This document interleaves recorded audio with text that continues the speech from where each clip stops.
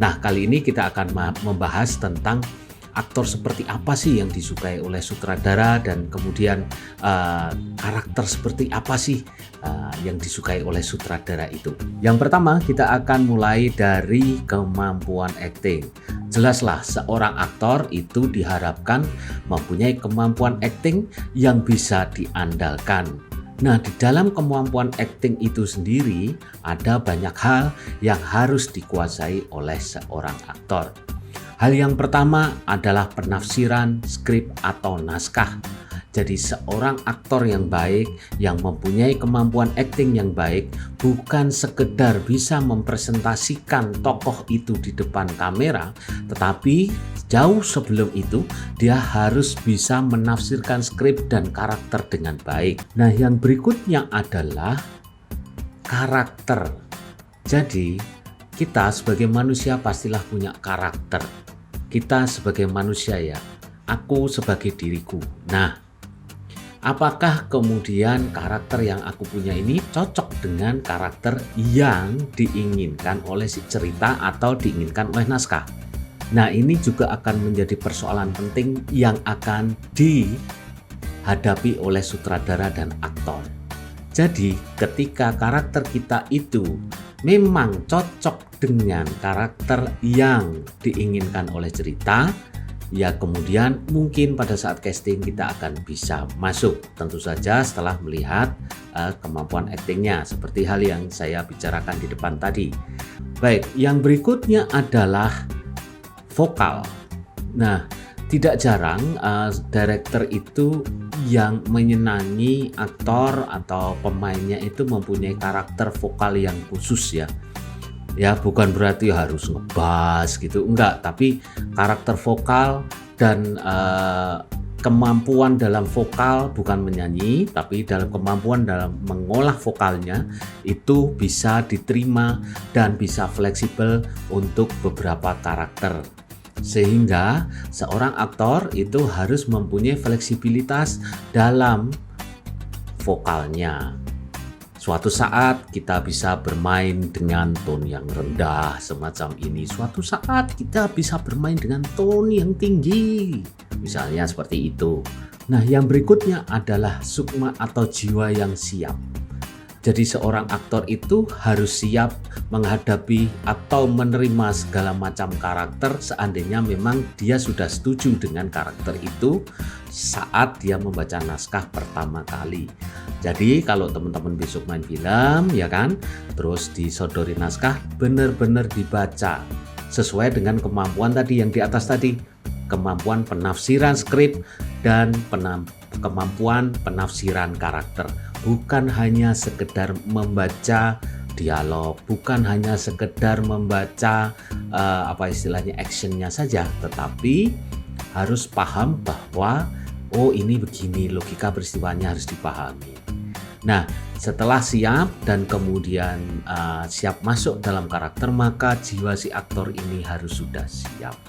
Kira-kira seperti itulah sutradara menilai atau casting director menilai aktor-aktor yang akan bermain di film mereka, terutama untuk aktor-aktor atau pemain-pemain yang utama atau peran pembantu. Kalau tadi kita ngomongin kemampuan acting, nah yang berikutnya adalah personality atau kepribadian si aktor ini atau si diri aktor ini. Apa saja yang harus dimiliki? Kepribadian yang harus dimiliki, yang pertama adalah disiplin. Jelas sutradara akan sangat menyukai ketika aktor itu disiplin, tepat waktu, ya, tidak menyalahi aturan, ya, tidak suka macam-macam, misalnya ngedrugs atau apa. Nah, si sutradara dan casting director ini saya yakin pasti akan menyukai aktor yang demikian, karena itu akan melancarkan tugas mereka dalam sebuah film.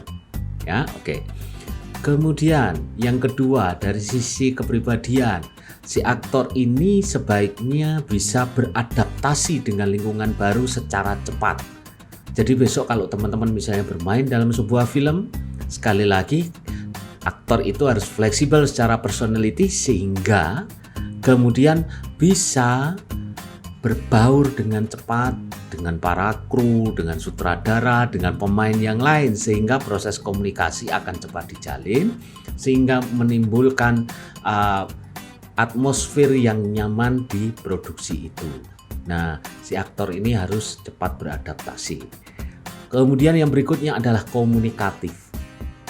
Jadi ketika si aktor ini komunikatif, mampu mengungkapkan gagasannya, maka kemudian ini akan menjadi lebih mudah bagi director, asisten director ataupun casting director untuk kemudian bagaimana berdiskusi dengan si aktor ini. Karena ingat, seorang aktor itu adalah kreator.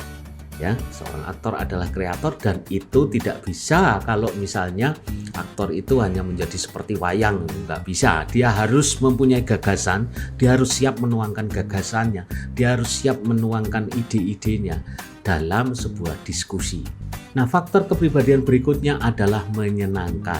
Jadi hal ini sepertinya hal sepele, tapi ini bisa menjadi masalah dalam sebuah produksi ketika si aktor ini tidak mempunyai kepribadian yang menyenangkan. Misalnya dia jutek atau sukanya ngomongin orang dan sebagainya. Nah, itu pasti akan menimbulkan masalah sehingga akan menjadi penilaian tersendiri. Walaupun mungkin di film itu dia sudah bisa ikut, tetapi ingat, sutradara, casting director, asisten sutradara itu juga mempunyai jaringannya sendiri.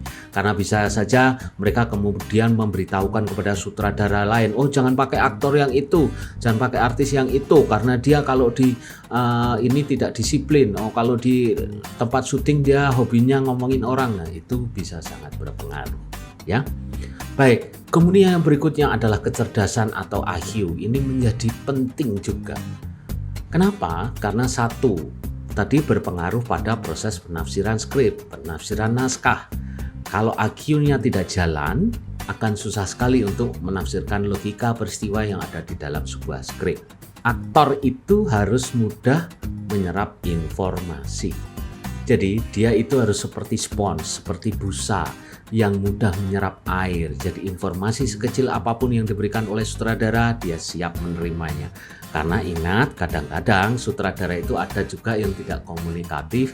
Dia mengandalkan, si aktor harus mengandalkan insting atau feelingnya untuk menyerap apa yang diinginkan director atau sutradara. Nah, ini juga menjadi penting. Oleh karena itu, mudah menyerap informasi dari orang lain ini juga menjadi bekal yang baik. Yang berikutnya, aktor itu juga harus pembelajar yang baik. Kenapa? Karena di setiap film itu pasti menuntut untuk belajar hal baru. Selain itu, supaya aktor ini mempunyai wawasan yang luas. Ya, ingat pesan dari saya, janganlah kita dibesarkan oleh sensasi, tapi dibesarkan oleh prestasi.